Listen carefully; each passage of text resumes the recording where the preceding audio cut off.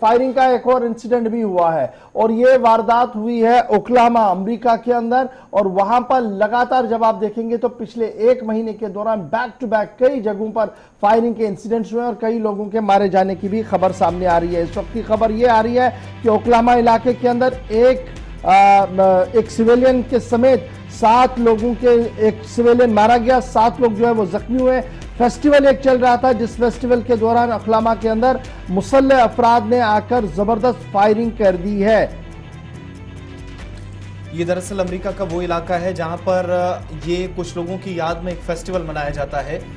Oklahoma festival इसे Oklahoma festival इसे कहा जाता है।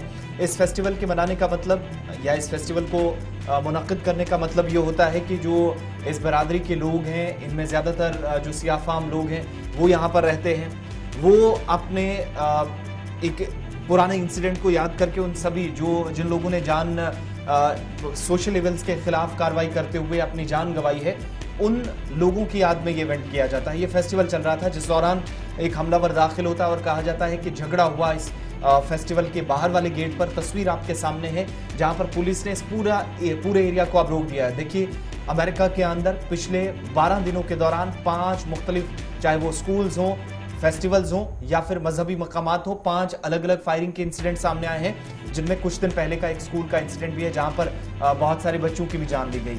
लेकिन ये वो हिस्सा है जहां पर सियाफाम लोगों की एक बड़ी तादाद है और अमेरिका के अंदर जो तकरीबन 100 साल से एक लड़ाई चल रही है वो है सियाफाम या जो गौरी चमड़ी वाले लोग हैं, वो आमने सामने कई बार रहे हैं, ऐसे शरपसंद अनासिर जो एक दूसरे पर इल्जामात के साथ साथ झगड़े भी करते रहे।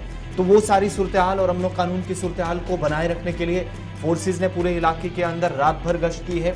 और तस्वीर उस एरिया की आपके सामने जहां पर एग्जैक्टली ये फायर की गई है।